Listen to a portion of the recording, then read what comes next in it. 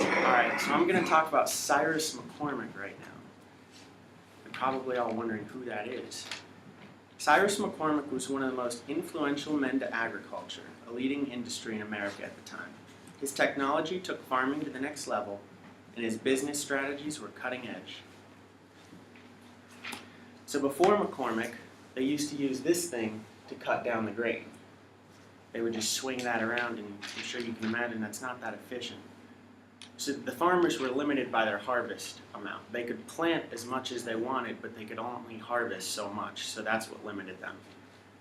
Everybody was trying to create a machine that would make that faster and more efficient, but none were able to succeed until Cyrus McCormick. He was born in 1809. His father was Robert McCormick, who himself tried to make a reaper for 20 years. When McCormick, Cyrus that is, was 22, he took over the family business of trying to build a reaper. Cyrus McCormick created the first functional reaper. That's a picture of his reaper right there. So the way it worked, it's a little confusing to look at, but the horse would pull it, and when the wheels would turn, it would turn this little motor in the middle. And when that motor would turn, all these long pegs would spin around, and they would cut and organize the grain in this little basket right here. And it made it a lot faster to harvest and a lot easier afterwards since it was all organized. And the horsepower made it a lot easier for the farmer too, a lot less labor.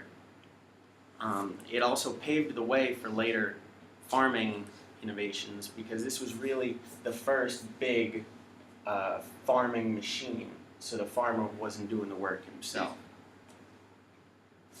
This was a bit about his business strategy here. He was the first or the earliest person to do all of these things here. So he guaranteed the customer performance, which we see all the time nowadays in commercials. We guarantee you'll grow hair or your money back in 2 weeks, something like that. He gave demonstrations in front of the whole town, which is like an infomercial, so kind of started that. He advertised with satisfied customers. We see that all the time too. He created a fixed price. Back in those days, everybody was able to negotiate anything that they were going to buy. And he said, nope, this is what the price is going to be. If you want it, you can buy it. And if you don't, I'll just go sell it to somebody else.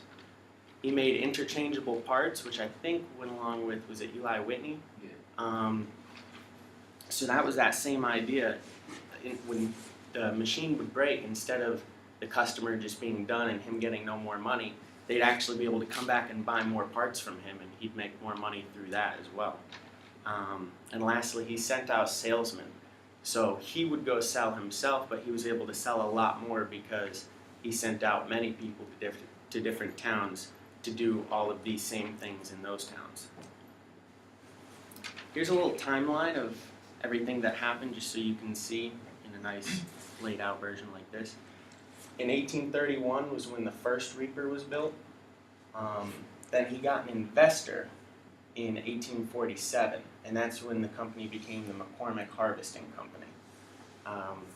That made the company a lot larger. Before then, he had only sold about 400 of them. And as you can see, just a couple of years later, after the investment, he was selling 4,000 machines a year. In 1871, the Chicago fire destroyed the factory. So that was a bit of a setback for him, but he rebuilt it and got it back on track. Then in 1902, they joined with the International Harvester Company, which was one of their main competitors, to become a much larger company. After they joined, the company was actually worth, a couple years later, $11 million back in that day, which was huge money for a business back then. And now, 1986, that company became Navistar, which is a current day company. So here's the now. Like that top picture right there, those are some advanced farming machines, current day, and McCormick was the first one to make a farming machine like that. So he kind of showed people the way that this is how we're going to make more money in farming, was to start making machines for it. Allowed farmers to plant more crops and have more efficiency and therefore make a lot more profits.